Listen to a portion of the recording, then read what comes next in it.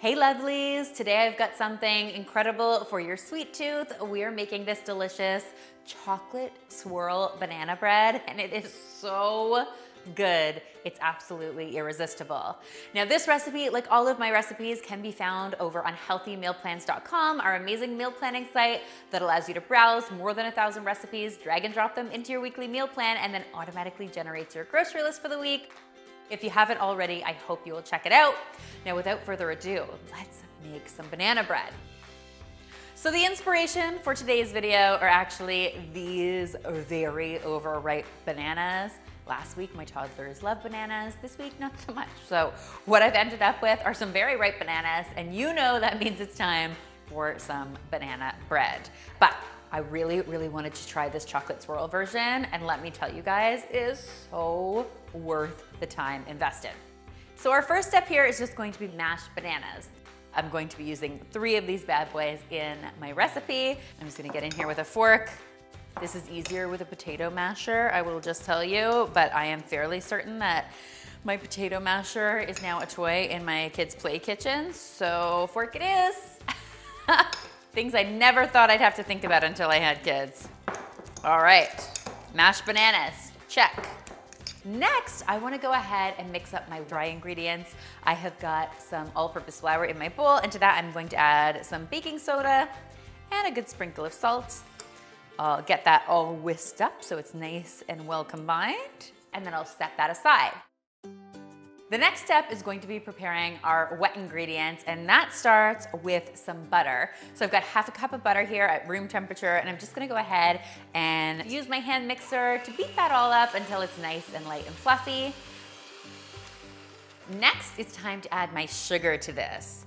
Now, I should mention, this is inspired by my grandmother's classic banana bread recipe. I've shared it before on the channel, it's incredible. But she always used white sugar in her banana bread. That being said, if you wanted to use either brown sugar or half and half, both would work really well here. You get sort of more caramelly flavor if you use the brown sugar.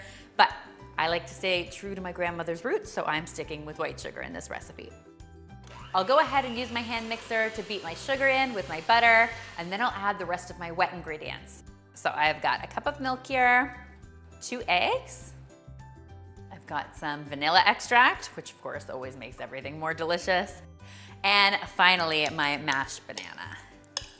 You're looking for about a cup of mashed banana, which is usually about 3 mashed bananas. And then I'm just gonna get in here with my mixer and give that another good whirl. At this point, it's time to add my dry ingredients to my wet ingredients. I'm just going to mix that once more until I've created a lovely batter. And then I'm just going to divide it in half because I'm going to turn half of this yumminess into chocolate banana bread batter. Oh yeah, you know it can't possibly be bad. So I'm adding about a 1/4 cup of cocoa powder to half the batter, and I'll again just use my hand mixer to blend that in until it's nice and well mixed. At this point, I am ready to assemble my loaf. So as you can see, I've got a nice loaf pan here. I've greased it really liberally, which is important because you do not want this to stick to the pan. That would be bad news. You definitely want it to pop out really nicely. So greasing it liberally is a very good idea. And then what I'm gonna do is use my ice cream scoop to alternate my batter. So I'm gonna start with my classic batter, and then right next to that, I'm going to add some of my chocolate batter, and then I'll alternate that scoop by scoop until I've used all my batter. And then once I've got all of my batter transferred into my loaf pan, I'm just going to take a knife and give this a little bit of marbling. You don't wanna overdo it because you don't wanna actually mix those together. You just wanna make sure that they get a really cool pattern in them. And then the final step here, which is optional, but I think totally delicious, is going to be to add a whole heaping helping of chocolate chips right on top of my batter. These are going to add even more decadence to this amazing dessert, as though banana bread could get even better. At this point, I am ready to get this into the oven. I've got it preheated to 350 degrees, and I'm going to let it bake for between 1 hour and 1 hour 20 minutes. You'll know it's ready when you stick a toothpick in the center and it comes out clean. That's how you'll know it's fully cooked. All right, my friends. The wait was so worth it because it smells amazing. It's so chocolatey in this kitchen right now, and I'm so excited. It's really, really important with a loaf like this to wait until it's completely cool, especially one with this much chocolate on top, because you don't want that chocolate just to melt all over the place. So you are gonna wanna wait at least 30 minutes before slicing it up, but then you can just go bananas. Yay! When you cut into this loaf, you won't believe how beautiful it is. The swirl pattern is so gorgeous. And of course, it tastes even better than it looks. Oh yeah. The effort has been rewarded, my friends.